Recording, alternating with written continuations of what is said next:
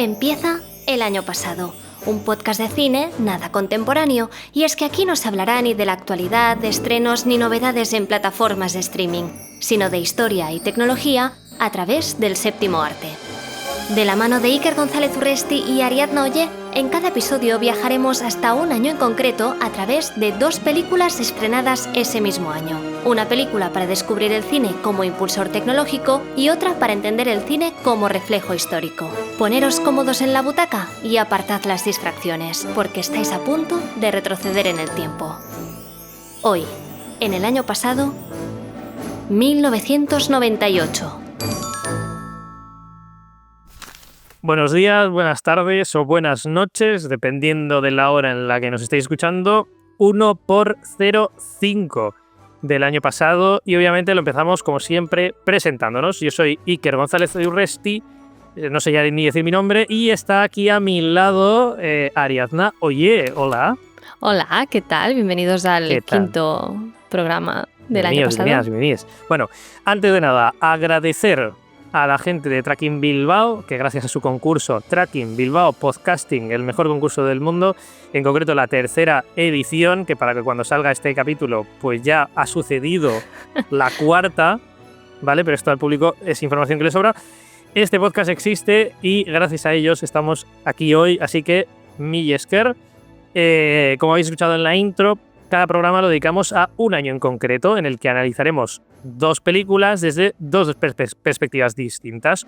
Una desde la tecnología y otra hablando de historia. Y en este caso estamos en el año 1998 y hablaremos de las películas Más allá de los sueños y la mejor peli del mundo, El Príncipe de Egipto. ¿Vale? Así que como siempre, hacemos un breve repasillo de lo que fue 1998. Siempre que empiezas con estos años, siempre empiezas de bajona, porque siempre que repasas todo lo que ha sucedido en un año, siempre es todo lo malo. O sea, sí. Entonces he intentado rescatar alguna otra cosa más optimista, algo bueno, ¿no? Pero bueno, es que voy a empezar y digo yo, joder, es que esto ya... Bueno, Ruanda y Uganda invadieron la República Democrática del Congo, desencadenando la Segunda Guerra del Congo. Y, por ejemplo, también el presidente estadounidense Bill Clinton es sometido a un juicio político, ¿no? Por el escándalo Clinton-Levinsky. Sí. Pero en materias más positivas, Larry Page y Sergey Brin lanzaron cierta empresa que igual os suena, que se llama Google. Los Juegos Olímpicos de Invierno del 98 se celebraron en Nagano, Japón, y Titanic arrasó, iba a decir como un cohete. No, sí, como un pepino, como un iceberg, pero un iceberg no arrasa nada. ¿Será Titanic una de las películas de este episodio? No, sí, ya los he dicho. Ah, claro, es verdad. Bueno, fresquísimo esto. Estamos súper bien hoy. Ganó 11 Oscars Titanic, empatando a la que en aquel entonces era la que más tenía en la historia, que era Ben-Hur, y que luego en la peli es del 2003, en la gala del 2004, ya repitió El Señor de los Anillos, El Retorno del Rey. La Palma de Oro fue para Theo Angelopoulos con su La Eternidad y un Día. El Oso de Oro fue para Estación Central de Brasil, de Walter Salles, que estuvo hace poco en nombre de mucha gente porque ganó el Oscar por Aún estoy aquí. El León de Oro fue para Así reían, de Gianni Amelio, que no tiene nada que ver con la familia D'Amelio. Ostras, ojalá de repente tienen un tío cineasta. Un tío que tiene un León de Oro, ¿no?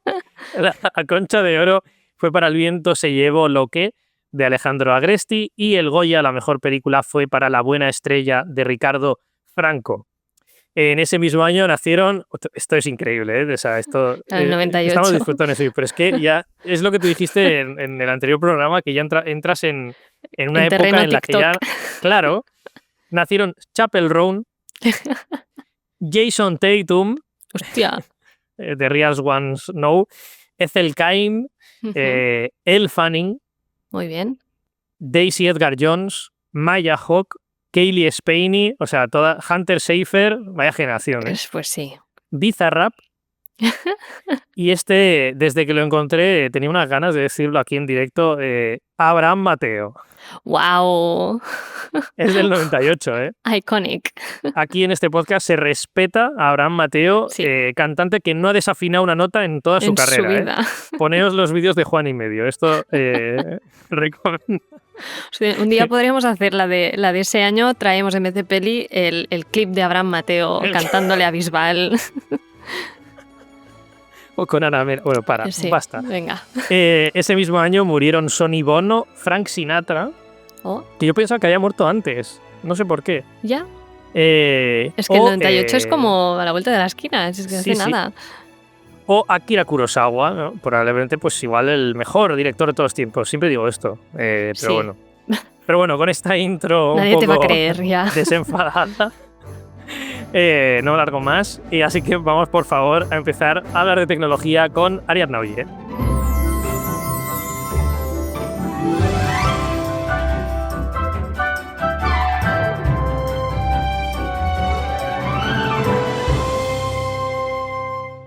Pues efectivamente vamos a hablar de Más allá de los sueños o What Dreams May Come, película de 1998 dirigida por un tal Vincent Ward, que yo creo que en su casa le conocen porque... Oye, pobre hombre. Pobre hombre, pero todas las pelis que hay en IMDb, la verdad es que su peli ha ganado un Oscar. O sí, sea, bueno, ya más que tú y yo juntos y, sí. y probablemente... Bueno, en cuanto a dirección, tampoco es que hizo mucho más, que yo creo que la peli más reconocida que tiene es esta de la que hablaremos hoy, pero ha estado en algunos meollos, porque también está acreditado como creador de la historia de Alien 3, y también estaba como productor ejecutivo de El último samurái, que se ve que él la desarrolló durante 4 años, pero al final no la dirigió, así que bueno, tiene sus cosas por ahí. La dirigió Edward Zwick. Sí. Siempre me acuerdo de... No me acuerdo, creo que dirigió Diamantes de Sangre, creo que es suya también. Sí. Pero me acuerdo por El último samurái, sí. Sí. Bueno, la cosa es que una de las cosas importantes de este señor es que además de ser director, es artista, y ahora veremos la importancia que tiene eso. ¿De qué va la película? Pero artista de arte. O sea, arte, sí, pintor, artista, vale. Bueno, artista visual, artista que crea arte en general. ¿De qué va la película? La historia se basa en un libro y es la historia de 1000 desgracias de una familia, porque seguimos al protagonista, que es Robin Williams, que es, su personaje se llama Chris, y pues nos narra en voz en off cómo conoció a Annie, que es pues su alma gemela. Es una bellísima chica restauradora de cuadros y pintora, ya vemos aquí un poco la conexión, que se enamoran, tienen 2 hijos y bueno, estos cuando se hacen mayores y son adolescentes van al instituto, les acompaña la niñera en coche y mueren en un accidente de tráfico. Esto no es spoiler, son los primeros 10 minutos de la película, ¿vale? Para empezar contentos la peli. Sí, la verdad es que la peli es un drama, pero un dramón, porque todos son desgracias. Pero bueno, esto no acaba aquí, porque cuando la pareja se recupera de esta gran desgracia que les pasa, al cabo de 4 años, el personaje de Robin Williams, Chris, va a ayudar al museo donde trabaja Annie, porque le ha pedido que le traiga unos cuadros no sé qué, y de viaje en coche hacia el museo, él también tiene un accidente de tráfico y muere. ¿Vale? Estos son los 20 primeros minutos de la peli. Y bueno, a partir de entonces pues seguimos a Chris, que se despierta en el más allá. Y a partir de entonces arranca la peli y estamos todo el rato en este afterlife, el más allá, este cielo que ahora os contaré.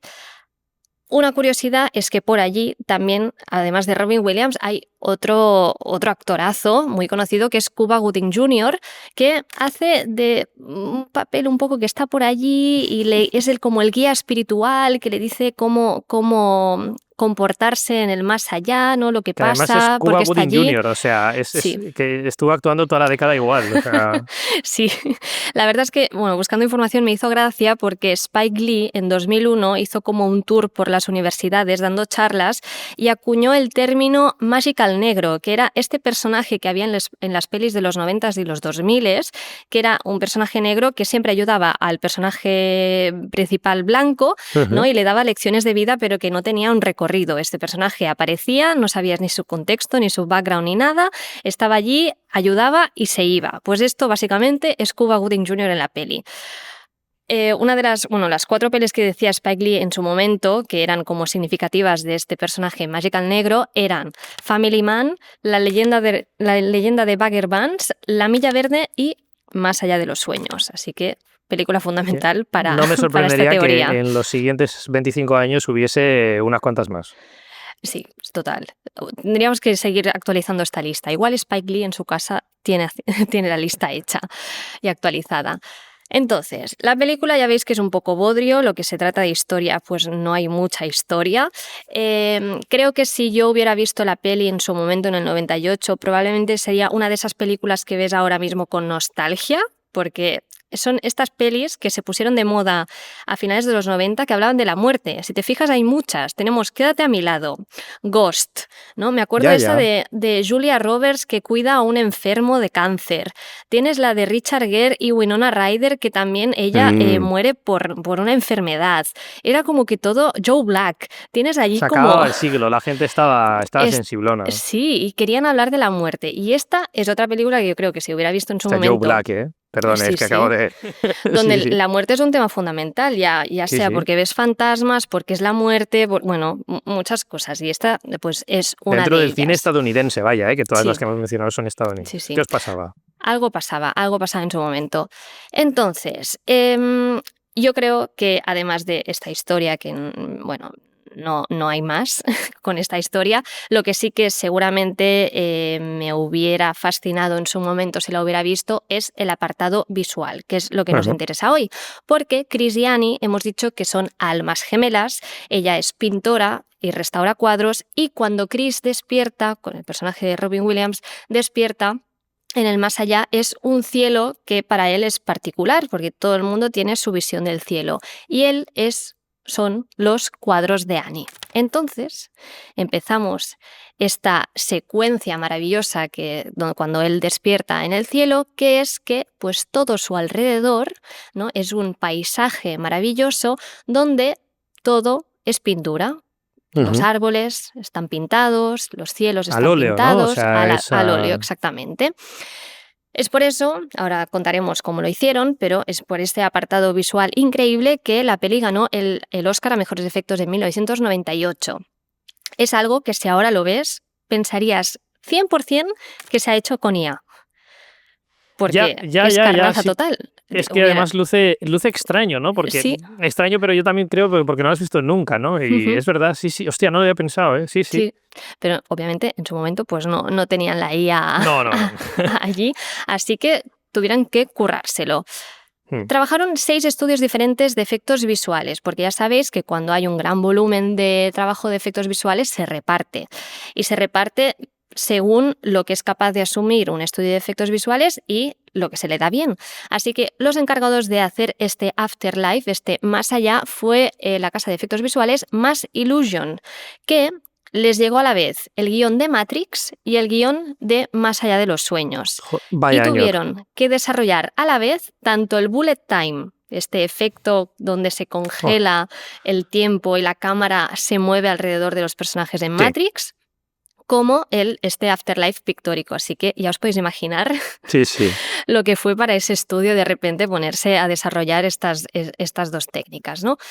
El director tenía clarísimo que él quería que este mundo del más allá fuera un poco como plasmar el romanticismo alemán, como las pinturas de Caspar David Friedrich, que si las tenéis en mente, pues son estos paisajes con una luz súper bonita, todo como muy natural, unos colores súper terrosos, ¿no? Y pues esto lo tuvieron muy claro durante la producción. Uno de los VFX supervisors, los supervisores de efectos que tuvieron en la peli, fue Nicholas Brooks, que se ve que por aquel entonces tenía un software muy nuevo de la Kodak que se llamaba CineSpeed, que fue el primer editor de vídeo con la tecnología del Optical Flow, en este caso para cambiar la velocidad de un plano. Yo os cuento ahora mismo, empezamos con los tecnicismos, que es el Optical Flow, ¿vale? El Optical Flow es un proceso en el que el ordenador analiza cada píxel de la imagen y lo va comparando fotograma a fotograma. Y entonces va viendo lo que va cambiando, dónde está este píxel en el fotograma siguiente. Ajá. Entonces, cuando lo ha analizado todo, lo que hace es un recorrido de este movimiento de cada píxel y le da un trazo, una línea. Os tenéis que imaginar como el mapa del tiempo, ¿no? Que tienes todo el trazo del recorrido que va a seguir los vientos o la temperatura, etcétera, etcétera. Pues esto mismo es una imagen con trazos que te indican el movimiento que ha seguido pues, un elemento del plano, la cámara en sí misma, etc. Entonces, a este recorrido se le llama vector y a este conjunto de recorridos o de vectores se le llama campo de vector, vector field. Y esto es el optical flow, es de este proceso. Una de las cosas que se utilizan más para el optical flow es, como hemos dicho, para cambiar la velocidad de los planos, porque si tenéis en mente cuando tú ralentizas un plano, hay como... Bueno, no se ve del todo bien, ¿no? A veces va como a cachitos. Pues lo que hace el Optical Flow es analizar el fotograma anterior y el fotograma siguiente y crea un fotograma intermedio a través de saber el movimiento que hacen los píxeles, ¿no? Se inventa un nuevo fotograma que es el intermedio y que por lo tanto tienes mucha más calidad porque está haciendo un fotograma más, se está inventando un fotograma en medio. Pues bien, ellos pensaron, oye, ¿por qué no cogemos toda esta información del recorrido de los píxeles, estos vectores, para sustituir este vector por pinceladas? Ya. Entonces, esto no era un programa inventado, esto no existía. Entonces dijeron, vale, tenemos la idea, pero no sabemos cómo ejecutarlo, ¿no? Y llamaron al señor Pierre Jasmin, que era un programador increíble, que ahora mismo tiene una de las empresas de computación, programación más importantes en el mundo de los VFX, que se llama Revision FX, y pues creó un software que básicamente pues eso, sustituía este vector por pinceladas. Y las pinceladas no se las inventaba, sino que a mano se pusieron todos a pintar, a dar brochazos a páginas en blanco, a lienzos en blanco, ¿no? Y escanearon todas estas pinceladas para tenerlas como base de datos para el ordenador. ¿Pero esa gente sabía pintar o...? Bueno, es que la gracia de todo eso es que todos los artistas de VFX que trabajaron en la película eran pintores, así que sabían muy bien cómo reaccionaba la pintura, cómo reaccionaba la pintura al óleo, cómo reflejaba la luz, cómo incidía la luz, la transparencia que tiene una pintura al óleo, porque deja pasar un poco de luz por detrás. Así que todo esto lo tuvieron muchísimo en cuenta y por eso cuando ves la peli realmente parecen pinturas de verdad, porque es que eran expertos en la materia. Ya, o sea, quiero decir, con todos los respetos, pero si tú ahora te pones a hacer esta peli, sí. O sea, tú de pintar no tienes ni idea, o sea, no. Quiero decir... O sea, no sé si coincidió. Al óleo, pero vamos, o sea... Claro. Pero bueno, la cosa es que todos sabían cómo funcionaba, claro, también en esa época... Digo tú y un gran porcentaje de la gente que está trabajando en VFX hoy en día, Sí. Claro, supongo que también en esa época, pues, a ver, los ordenadores estaban por allí, pero no era tan habitual. La gente todavía hacía mucha arte plástica, ¿no? De pintar. No es como ahora, que ahora ¿quién sabe pintar al óleo? Muy pocos. La cosa es que, bueno, pues el ordenador se encargaba de sustituir estos vectores por las pinceladas que habían escaneado. Entonces, si veía un píxel de color verde, sustituía ese píxel de color verde y su vector por una pincelada de color verde, ¿vale? Ajá. Entonces era como el plano que habíamos grabado o que íbamos a grabar, porque esto era en fase de desarrollo, ¿no? Pues todo lo que había en el plano estaba sustituido por pinceladas y estas pinceladas quedaban como pegadas, ¿no? Porque si la cámara se movía, la pincelada seguía allí, en su sitio. Ya. Y así crear este cuadro completo. No se quedaron aquí porque luego lo complicaron muchísimo más, porque luego pensaron, oye, no es lo mismo pintar el cielo, ¿no? Que está mucho más atrás, que algo que está mucho más delante como un sujeto, ¿no? Por lo tanto, la pincelada tiene que ser distinta. Si os fijáis en la película, los cielos parecen como más Van Gogh, más como líneas retorcidas. Lo que está más cerca es como igual más romanticismo alemán. Entonces, bueno, todo esto depende de la profundidad, depende de la distancia, depende de la orientación, pues crearon pinceladas diferentes para dar mucha más complejidad a los cuadros que iban a aparecer en la película.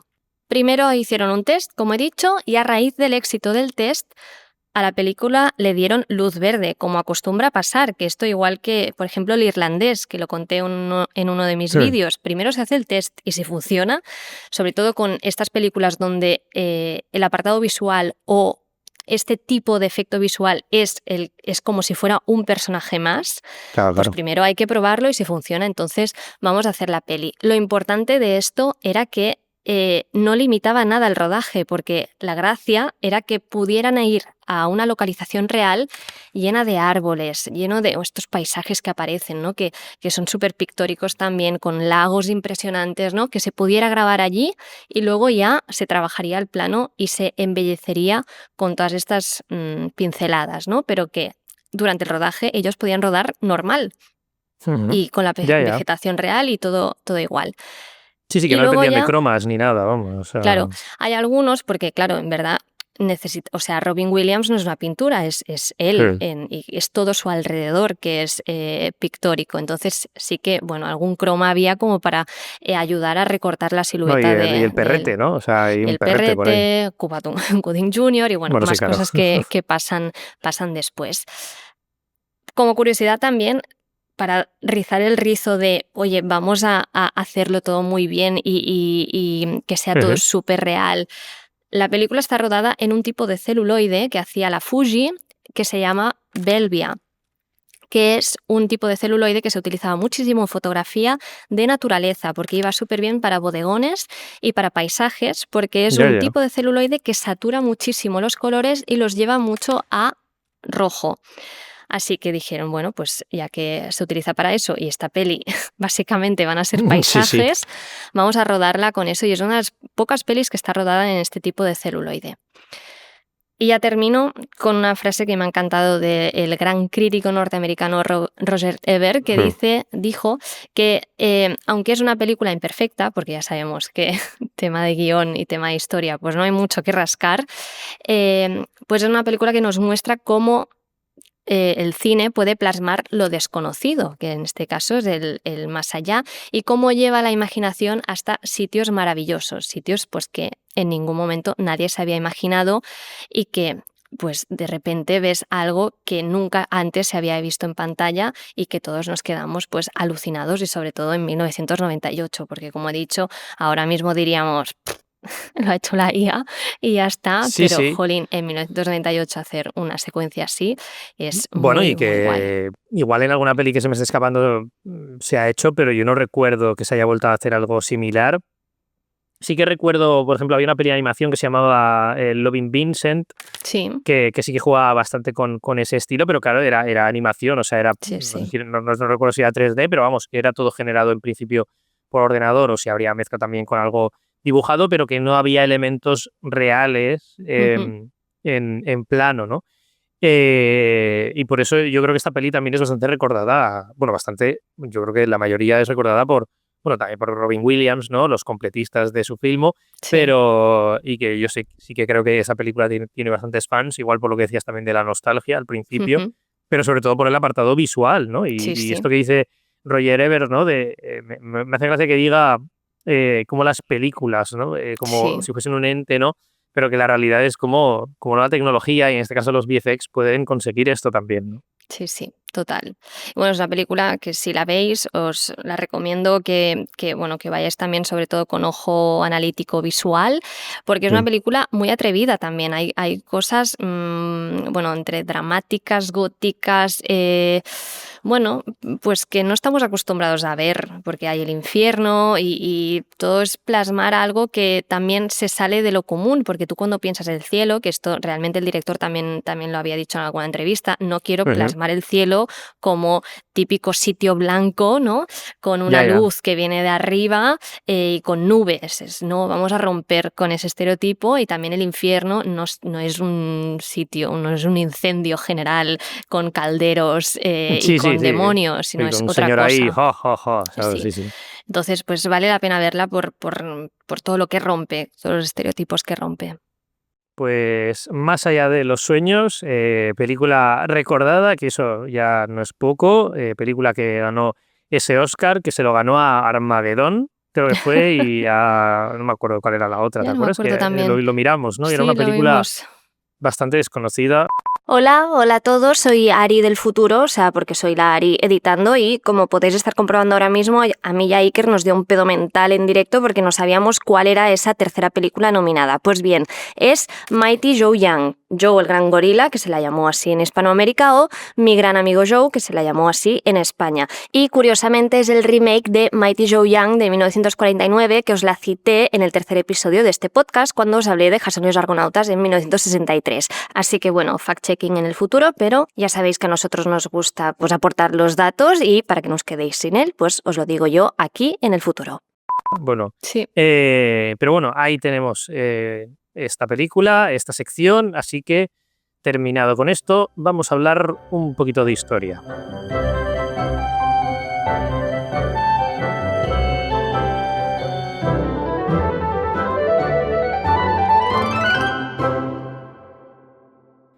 Vale, pues vamos a hablar de historia y vamos a hablar de El Príncipe de Egipto, que creo que es una ¡Guau! película que mucha gente conoce. Mini inciso, creo que es una película que mucha gente tiene en el recuerdo y que mucha gente ha visto, pero que recomiendo mucho volver a ver, sobre todo en edad adulta. Hablaremos de esto, creo que va a ser prácticamente el tema focal, ¿no? Pero que recomiendo mucho volver a verla, ¿no? Que seguro que la tenéis en el recuerdo y decís, ah, qué guay, esto recuerdo y tal, no sé qué. Volved a verla de adultos, me lo agradeceréis. Bueno, El Príncipe de Egipto, una de las grandes películas de animación de la historia, de verdad lo pienso. Sí. Vamos a hablar un poco de, no solo del cómo se generó la película, porque me parece una película bastante única en su especie, sino también vamos a reflexionar un poco sobre este tipo de películas, ya no solo las bíblicas, que también hablaremos de ello, sino creo que a todos, cuando pensamos en El Príncipe de Egipto, pensamos en una película de animación para críos, pero que tiene un punto adulto, ¿no? Yo creo que todos Ujú. nos viene a la cabeza esto, ¿no? Y quiero hablar un poco de estos temas. Uy, vaya leche le he metido al micro. Bueno, en fin. Eh, para empezar a hablar de la película, necesito que nos remontemos un poco hacia atrás, que ya sabéis que a mí me gusta ir para atrás, ¿no? El 98, me da igual, vamos más para atrás, ¿no? Y vamos a hablar de un tipo en particular, ¿no? Que es Jeffrey Katzenberg, ¿vale? Este señor, ahora hablaremos quién era y qué hacía, pero este señor era un señor que tenía un sueño, ¿vale? Y su sueño era producir una adaptación cinematográfica de la vida de Moisés. O sea, yo me lo imagino, él se despertaba por la mañana desayunando con su pareja y decía, "Ay, Jo, quiero hacer, Moisés, no puedo parar de esta película, oh, Moisés, Dios mío, qué película hay aquí, ¿eh?". Mi ídolo. Eh, Me lo imagino viendo la peli de los 10 mandamientos, ¿no? De Charlton Heston, ¿no? Y ¡brrr! Esto es increíble, ¿no? Pero bueno, más allá de una producción cinematográfica, él era especialista en animación, ¿no? Porque Jeffrey, el bueno de Jeffrey Katzenberg, trabajaba en Walt Disney Studios, ¿no? Y era el Vaya. responsable a cargo de algunas películas que seguro que suenan, ¿no? La Sirenita, La Bella y la Bestia, Aladdin o El Rey León, ¿vale? Películas de animación de Disney de los 90. Él era una persona pues muy apreciada en la empresa. Normal, también te digo, cuando te has encargado de esas películas, ¿no? Que por lo que sea le dieron bastante buenas noticias a la compañía.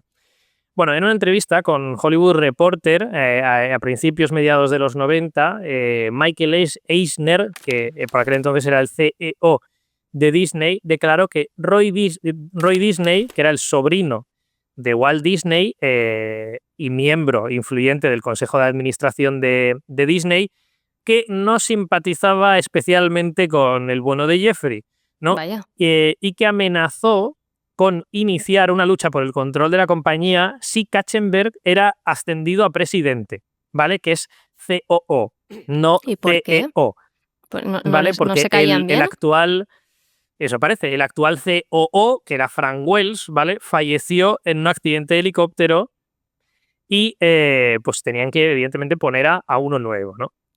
Entonces, en agosto del 94, Eisner llamó a Katzenberg a su oficina y le dijo, ven aquí que te quiero comentar, ven aquí, mira, te comento. Y le dio un memorándum de 4 páginas, ¿no? Coño. Sobre inminentes cambios de personal, ¿no? Lo que no podía ver Katzenberg era que en esos cambios incluía su renuncia inmediata de la empresa, ¿no?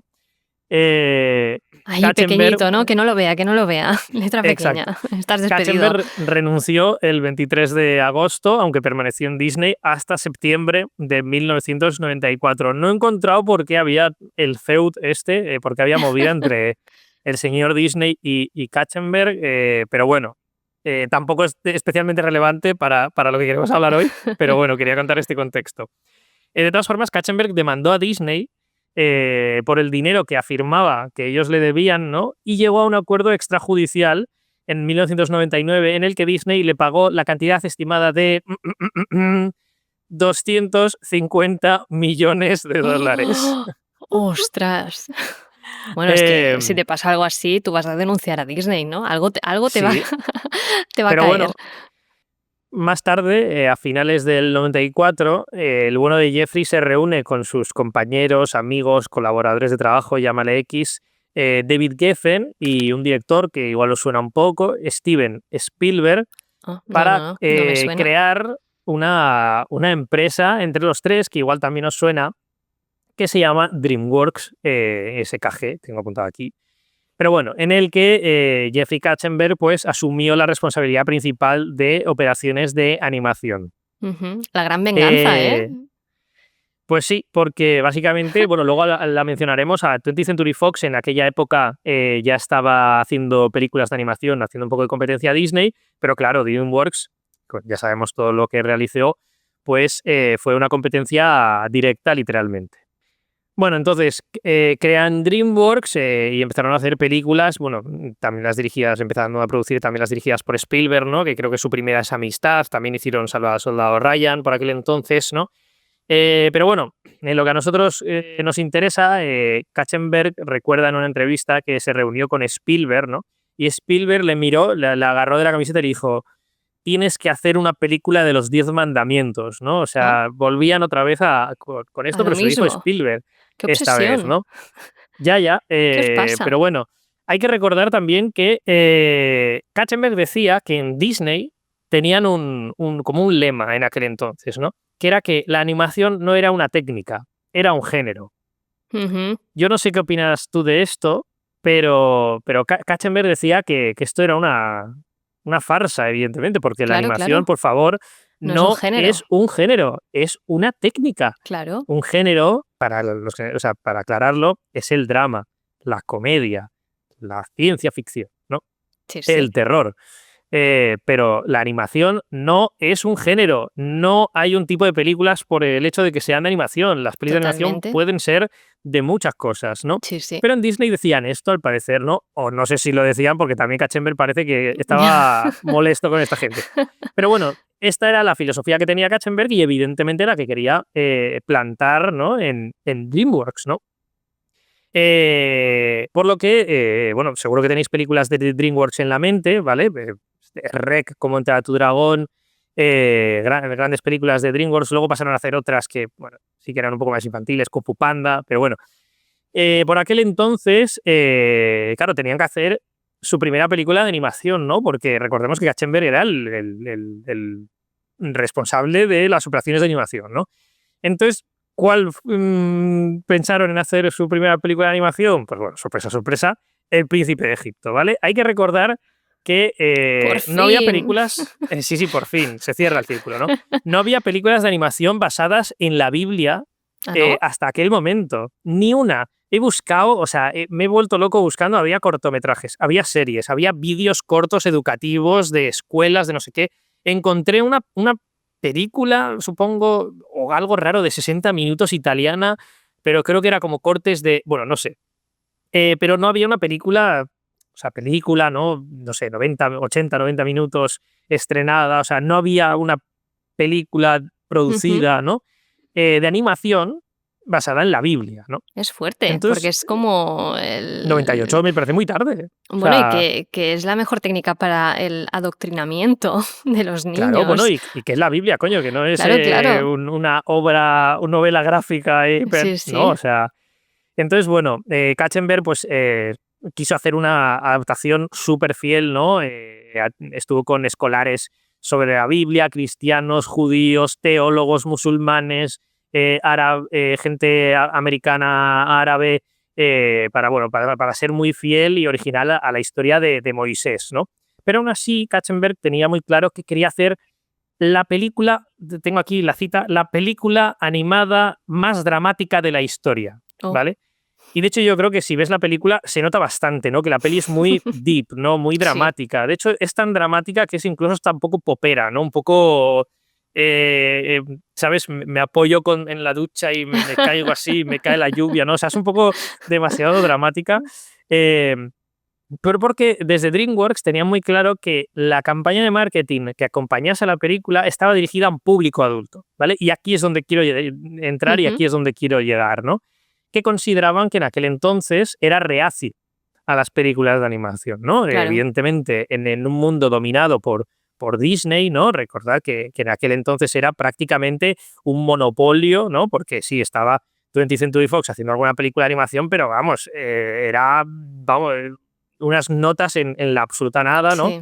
Estaba empezando Pixar también con Toy Story, pero vamos, estaba empezando, ¿no? Era básicamente un nicho en comparación a lo que era Disney, ¿no?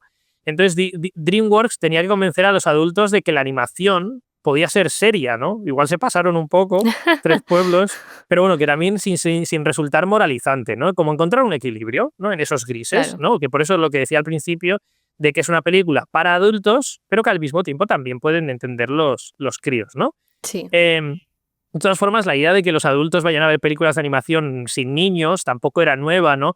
De hecho, había analistas del sector que coincidían que El Rey León en el 94, recordemos que estamos en el 98 ya con El Príncipe de Egipto, no, que esos analistas dicen que El Rey León no habría recaudado 313 millones de dólares en Estados Unidos sin atraer a un buen número de adultos, ¿vale? 313 millones de dólares en Estados Unidos es un montón. Claro. De hecho, otra película que como mencionaba antes, de 20th Century Fox, que era Anastasia, hizo 58 millones de dólares, que también era bastante y que estaban convencidos de que también habían podido atraer a un público adulto, que es verdad que son, curiosamente, dos películas, Anastasia también bastante intensa, ¿no? Y El Rey León, pues evidentemente basada es Macbeth, ¿no? De Sí. Shakespeare. Pues hay una seriedad ahí implícita, a pesar de que luego pues tenían sus puntos cómicos y demás, ¿no? Hola, hola, soy yo otra vez, es la Ari del futuro y bueno, pues Iker se equivocó, ¿vale? No es Macbeth, es Hamlet. Hamlet. Hala, ya está. Adiós. Pero que pues atrajeron evidentemente a niños, pero también a un número significativo de adolescentes y mujeres jóvenes de entre 20 y 30, que entiendo que en aquel momento sería ese el sector adulto, ¿no? Bueno, Bueno, igual cuentan a las madres, que iban las madres a acompañar a los niños, bueno, entonces, en bueno, Estados tienes Unidos con aquí... 22 casi ya eres madre, así Ya, que entonces ya. no lo sé, pero bueno. En fin, de todas formas, también para El Príncipe de Egipto decían que no había tanto humor al que estaban acostumbrados, porque aún Claro. así, si tú recuerdas en El Rey León o en Anastasia había como un murcielaguillo que era así como Ujú. graciosete. Sí, En El Rey León, pues evidentemente Timón y Timón y Pumba, Pumba. ¿no? Sí. Ellos hacían referencia al jorobado de Notre Dame, las gárgolas, ¿no? Sí. Pero que en este caso, en El Príncipe de Egipto, pues que había ovejas adorables, Ramsés tenía gatos, ¿no? Pero que tampoco podían imponer mucho humor en Claro. la historia porque, claro, estaban acojonados por Ujú. el hecho de que fuesen ofensivos, de que si de Claro. repente ponían que un personaje, claro, porque estaban siendo tremendamente fieles a la historia, ¿no? Entonces, de que si de repente ponían un personaje que fuese un poco graciosete, pues que la gente se fuese a enfadar, ¿no? Spoiler, la gente se enfadó igualmente, pero bueno. Y el caso es Miedo que a la eh, cancelación antes sí, sí. de la Bueno, claro, es que era su cancelación. primera película, tenía que funcionar. Ahora Claro, claro. dijimos lo que pasó, que aún así fue una producción que llegó casi hasta los 100 millones, incluyendo la promoción. O sea, fue una película también cara de narices, ¿no? No voy a entrar tampoco en los detalles de la producción, pero que, bueno, costó bastante dinero, ¿no? Eh, a pesar de ser la primera producción de DreamWorks, ¿no? No fue la primera en estrenarse, porque la primera fue Bicho, o sea, Ants, perdón, Sí. esta película con voz de Woody Allen y una hormiga, bueno, que se estrenó en octubre del 98, que además tuvieron movidas por las comparaciones con Bichos, que también es del 98, o sea, es que vaya mala suerte encima, Pues sí. eh, pero dejaron para diciembre, ¿no? Para coincidir con las Navidades, ¿no? Para el 18 de diciembre el estreno de El Príncipe de Egipto, ¿no? Finalmente recaudó 101 millones en Estados Unidos y 218 en todo el mundo, ¿no? Era Joder. en aquel momento la segunda película más popular del momento, solo por detrás de You've Got Mail. Oh, Eh, vaya. sí, sí. Pero bueno, la película tampoco fue un súper exitazo, pero fue bastante bien en taquilla, hacer 218 millones para una película de animación adulta, pues era un buen dato, ¿no? Y la película desde su estreno pues ha cosechado, tuvo muy buenas críticas, tanto eso de la crítica como del público, ¿no? Aún así había gente también que pues no le entró demasiado bien, ¿no? Yo he leído algunas críticas. El príncipe de Egipto perpetúa la historia y el legado del judaísmo. O sea, Vaya. no sé qué querían decir con esto, pero este era el titular de una crítica negativa. Pero bueno, algunas cosas leías que yo entiendo que tendrían que ver más con el tema de cómo habían adaptado quizás Claro. el tema de la religión y demás que por la propia película en sí, ¿no? Aún así, la película también tuvo movida. Fue prohibida en las Maldivas, en Malasia, en Egipto, curiosamente, que es ¿No? donde sucede la película, en Indonesia, así como en todos los países de mayoría islámica, Claro. con el argumento de que los profetas islámicos, incluido Moisés, no deben ser representados visualmente. Así que ya estaba muerta desde el inicio para esos países. Pero bueno, la película tuvo gran relevancia y yo creo que la sigue teniendo en parte a día de hoy. Quizás también por esa canción interpretada por Mariah Carey y Whitney Houston, ¿no? Que ganó un Oscar a Mejor Canción. Tuvo 2 nominaciones la película, también estuvo nominada a Banda Sonora Original. En aquel momento no había todavía el Oscar a Película de Animación, por eso no estuvo. Pero bueno, que la película se sigue recordando, quiero pensar yo, porque, por ejemplo, en la Met Gala de 2024, Ariana Grande y Cynthia Erivo, recordemos protagonistas de la adaptación al cine de Wicked, cantaron el When You Believe, ¿no? de la película, que igual ni han visto la película y solo han escuchado la canción, pero bueno, oye, la peli Bueno, es me las recordada, imagino ¿no? muy fans, también. Sí, ¿tú crees? ¿Les ves Sí, ahí escuchando a Manu sí. Guis? Bueno, claro, es que esto no lo he contado, pero una de las canciones dobladas al castellano es interpretada por el gran Manu Guis. Sí. Bueno, la película tuvo también una precuela, tuvo una adaptación a la obra de teatro, pero bueno, el tema, más allá de su relevancia a día de hoy, que yo creo que sí que la tiene, es volver a reflexionar, porque hoy, y ya para terminar, traigo más preguntas que respuestas, ¿vale? Vale. Normalmente suelo ser bastante categórico, pero hoy tengo más preguntas, ¿no? Sobre esta cosa de el tema del cine adulto, ¿no? Y de que El Príncipe de Egipto al final era una película tremendamente dramática, con una temática asociada claramente a más temas adultos que infantiles, ¿no? Pero que al mismo tiempo, como decía al principio, es una película que se entiende también para niños, ¿no? Y entonces yo la pregunta que lanzo es ¿qué nos pasa como sociedad hoy en día para que esto no esté sucediendo, al menos tanto, porque yo creo que son excepciones, ¿no?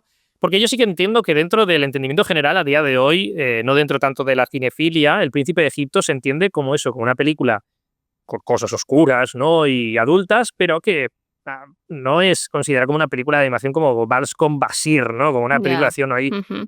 arty para adultos, ¿no? Yo creo que se sigue considerando como una peli para niños, ¿no?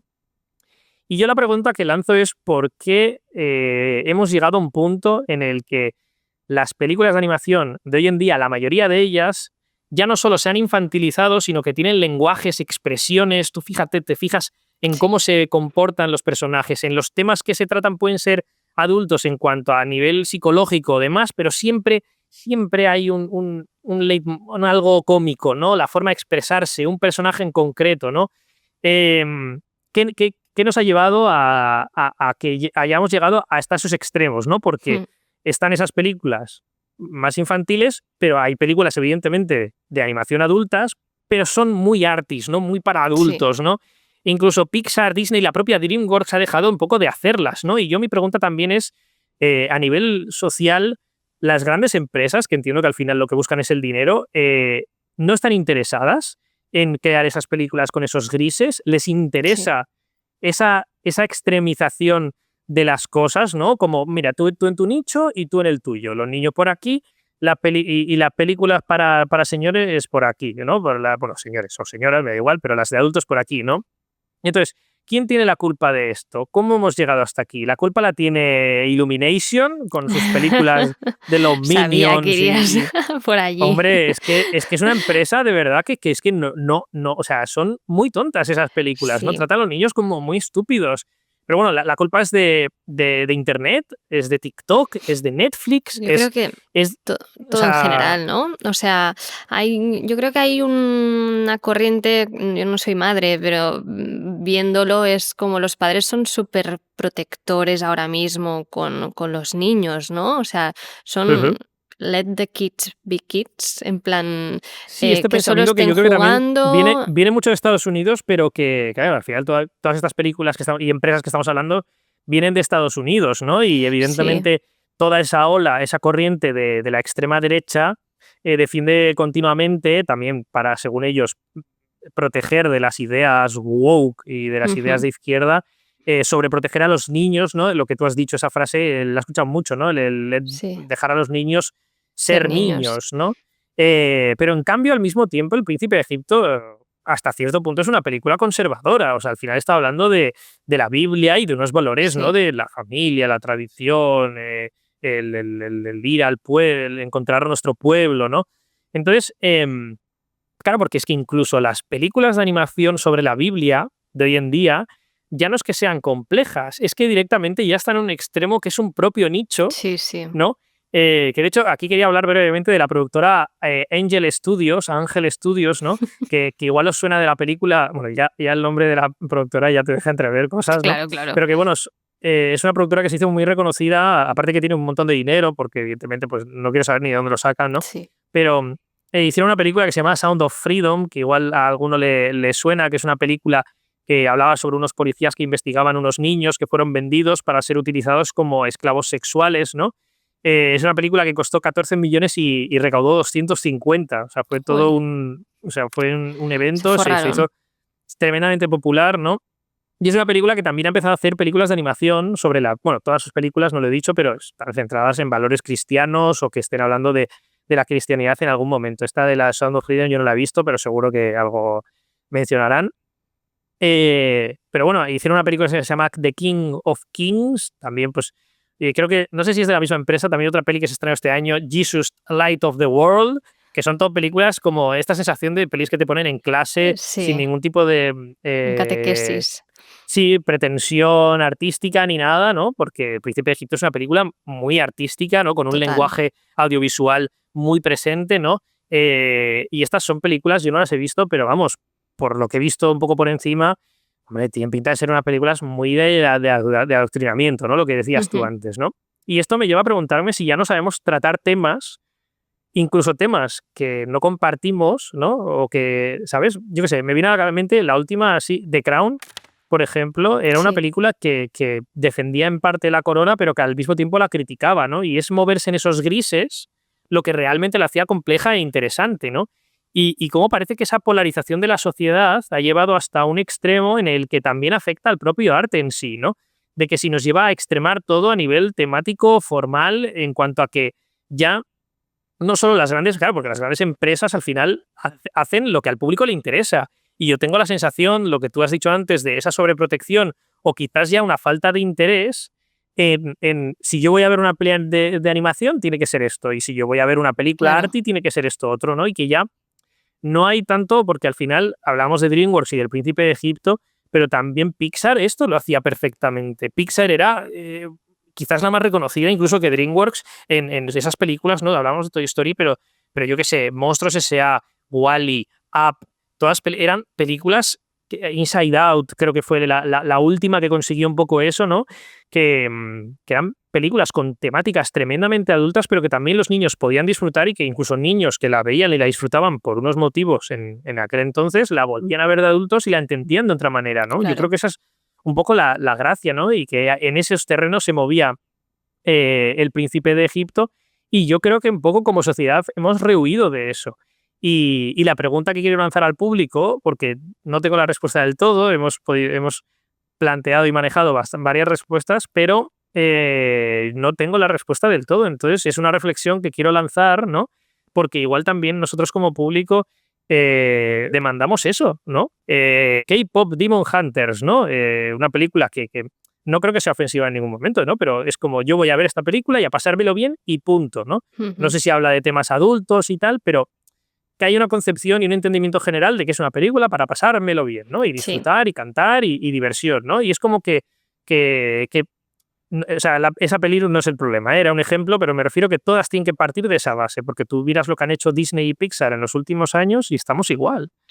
Bueno, también Entonces, es que yo creo que se mezclan tantas cosas porque además ahora como Netflix, ¿no? Por ejemplo, que es súper también sobreprotector, que todo se entienda bien, que el público Total. le llegue el mensaje, que a la gente le guste la peli sí o sí, que no haya un margen de que puedan funar a Claro. la peli, la De que pueden haya debate, cancelar, ¿no? O que haya sea, debate. Entonces es como esta, por un lado, sobreprotección a la obra de arte que estás creando para que, ujú, pues que no hayan críticas negativas.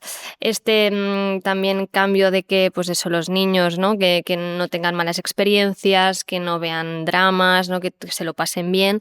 Creo que es claro, una claro. pena. Yo siendo niña de los 90, a mí me encantaban las películas de Disney y ahora las recuerdo con mucho cariño. Todas había muerte en todos lados. Antes que estábamos Sí, hablando sí, de muerte en Más allá de los sueños, seguimos aquí.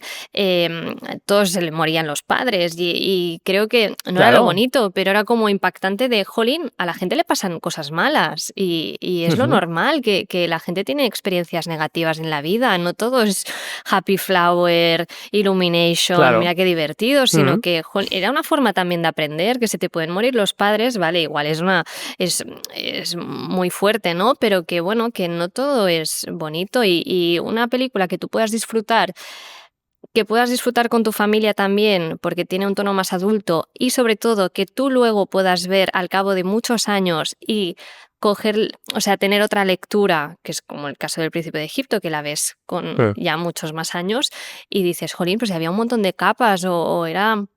Hay muchas cosas que no entendía en su momento y ahora entiendo. Es súper bonito que pase esto y se ha Claro, perdido y nosotros totalmente. encima, bueno, yo me mojo, o sea, quiero decir, yo cuando ponía el ejemplo de Crown, yo no soy nada pro monarquía y pongo el ejemplo del Príncipe de Egipto y hablo de ella y yo soy ateo. Sí, Entonces, sí, quiero decir, y aún así es una de mis pelis favoritas de animación de siempre, ¿no? Un sí. tema que lo veo con una distancia, ¿no? Entonces, yo creo que se ha perdido un poco eso. Tampoco quiero sonar nostálgico, yo simplemente lo que quiero impulsar, sobre todo a la audiencia que nos escuche, es si realmente nos interesa más esto o realmente estamos bien como estamos. Y es que incluso una película como The Wild Robot, ¿no? Que Sí, tenía cierto humor no tan tonto, ¿no? Cómo gesticula, cómo animan los personajes, de cómo se gesticulan y se expresan y demás, hay cierta infantilización ahí, ¿no? sí, Que si tú ves justo seguido una película como El Príncipe de Egipto, dices, esta gente son adultos. claro, No tienen que hacer como de repente, ¡oh! O así sí. gesticulaciones que a veces vienen también mucho del anime también, ¿no? Que el anime, pero claro, ahí estamos hablando de otro tipo que es ya una cuestión también cultural, ¿eh? Pero Sí. es verdad que nos hemos centrado en películas muy de Estados Unidos, evidentemente, ¿no?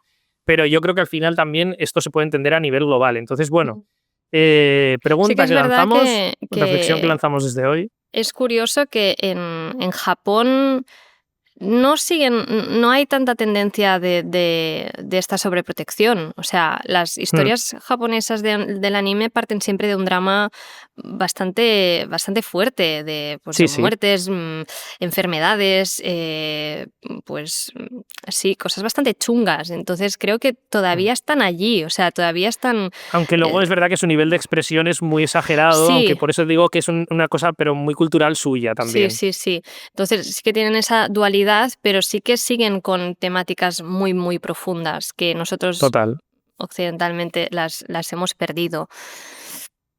¿Reivindicamos entonces un poco? Reivindicamos, pero también hacemos la pregunta, ¿no? Porque igual simplemente somos una minoría y el público prefiere lo que hay y ya está, ¿no? Bueno, Sí, al final también eso, si la gente va a verlas luego al cine, ¿no? Entonces las empresas lo que dicen es, pues el pues público sí, quiere esto, el seguimos. público es lo que le damos, ¿no? Ujú. La simplificación e infantilización de todo. Bueno, la simplificación e infantilización de todo luego lleva a una sociedad que defiende el fascismo. Pero bueno, esa es otra conversación para otro día. Así que con este cierre siempre terminamos con un cierre similar, ¿eh? Pero bueno, Sí, este es el podcast en el que estáis, es tu amigos. campaña Así que particular. con este cierre sobre el príncipe de Egipto, vamos ahora a el audio del espectador.